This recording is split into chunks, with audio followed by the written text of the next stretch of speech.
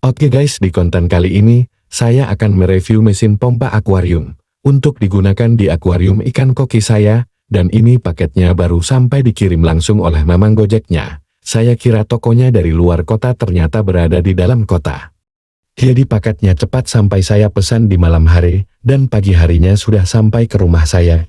Ini pun saya baru pulang kerja, jadi baru bisa mereview mesinnya. Mesin pompa ikan koki saya sudah mulai berisik dan agak sedikit mengganggu dikarenakan masa pakainya sudah lumayan lama. Jadi saya putuskan untuk menggantinya dengan yang baru. Langsung saja kita buka paketnya. Untuk packingnya hanya seperti ini saja.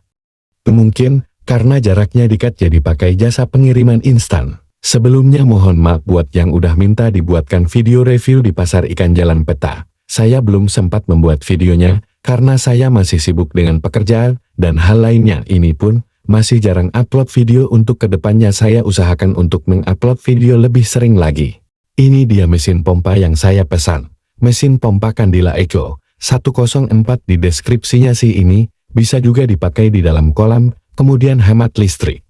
Mempunyai daya dorong yang bagus, bisa memompa air sampai ketinggian maksimal 2 meter. Dengan daya sedot 2000 liter per jam dengan tegangan listrik 25 watt.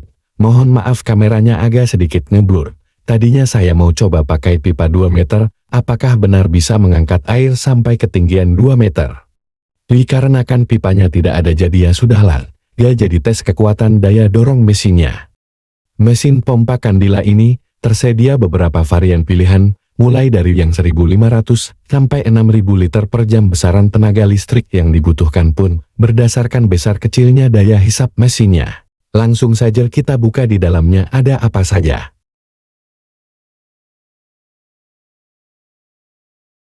Ini dia bentuk dari mesin pompanya. Untuk pipa penyambungnya didesain seperti ini.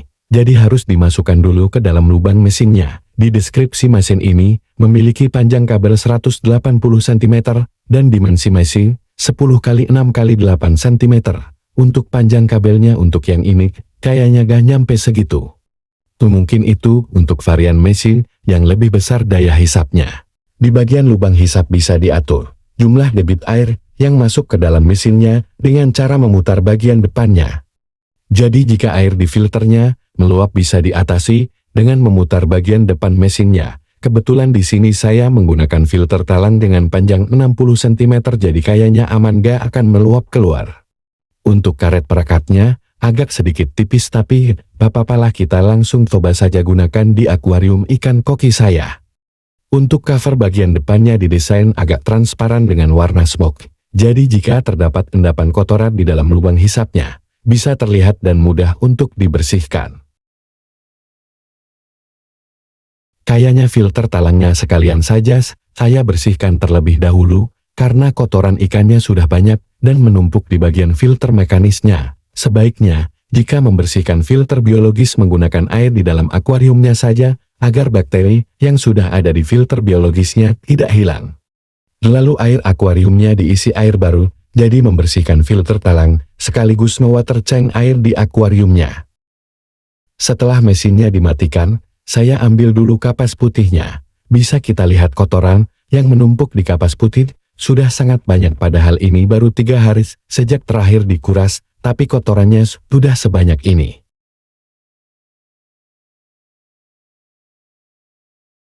Karena penempatan kapas kurang tepat, kayaknya jadi penyaringan kotorannya kurang maksimal, sehingga banyak kotoran yang lolos dan masuk ke chamber filter biologisnya, bahkan sampai ke lubang output filter talangnya.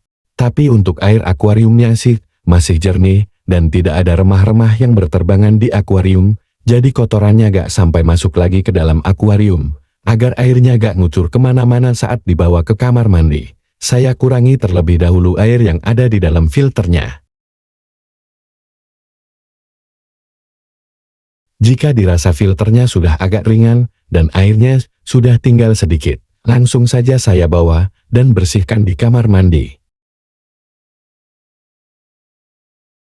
Oke, sekarang filter talangnya sudah bersih, lanjut kita masukkan lagi media filternya ke dalam filter talangnya. Di bawah kapas putih, saya masukkan karang jahe. Harusnya sih di kamber pertama full media mekanis, Agar penyaringan kotorannya bisa maksimal berhubung kapasitas filter yang terbatas, jadi saya masukkan saja karang jahenya di chamber pertama.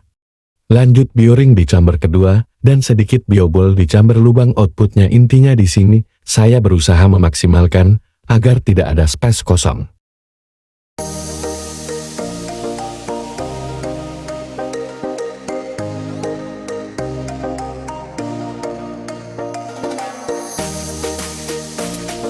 Untuk kapas filternya masih bisa dipakai lagi, jadi digantinya nanti saja ketika akan dibersihkan lagi filternya.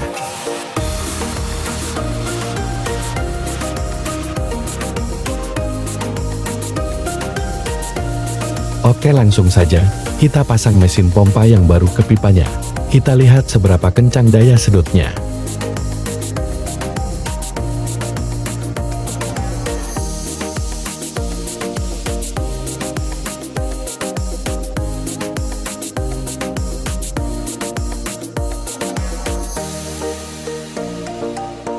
Untuk memasukkan pipanya ke mesin, pipanya harus dipanaskan terlebih dahulu.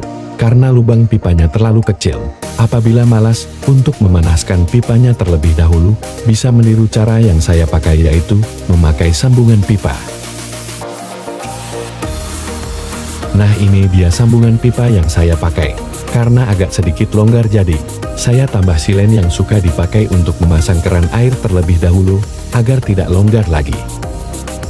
Langsung saja, kita masukkan mesinnya ke dalam akuarium. Kita lihat seberapa kencang daya sedotnya. Untuk panjang pipanya, agak sedikit kepanjangan, jadi harus ada penyesuaian lagi.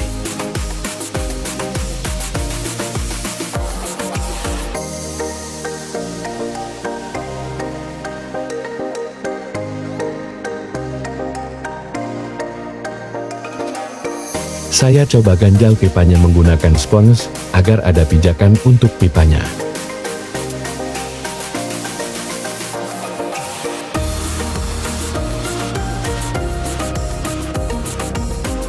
Langsung saja saya nyalakan mesinnya.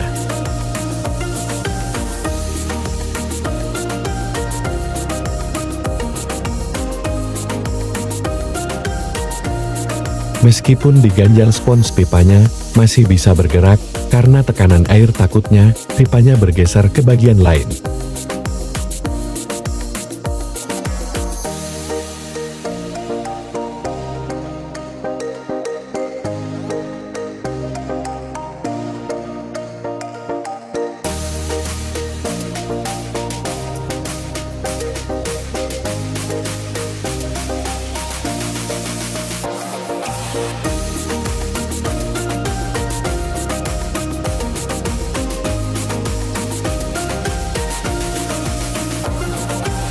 Arus yang dihasilkan mesinnya lumayan kencang, jadi bisa untuk menyapu kotoran ikan sampai masuk ke dalam mesin pompanya. Karena air yang dihasilkan memercik kemana-mana, jadi saya putuskan untuk menambah box filter kecil lagi di atasnya, agar lebih aman. Karena di bagian belakang filter ada stop kontak, takutnya ada air yang memercik ke stop kontak, sehingga bisa memicu konsleting listrik. Harga mesin pompa ini sangat ekonomis. Saya beli mesin ini dengan harga 46.000, ditambah biaya penanganan dan lain-lain jadi 48.500. Saya beli di toko oranye. Jika kalian ada yang mau beli, nanti link pembeliannya saya masukkan di kolom deskripsi. Jika ada yang penasaran, silen yang saya pakai itu yang seperti ini, bisa jadi cara alternatif jika kalian malas untuk memanaskan pipanya terlebih dahulu ketika akan memasangkan ke mesinnya. Cukup sekian untuk konten kali ini, terima kasih yang sudah nonton. Jangan lupa like, komen, dan subscribe, agar saya semakin semangat untuk membuat konten yang lainnya. Terima kasih.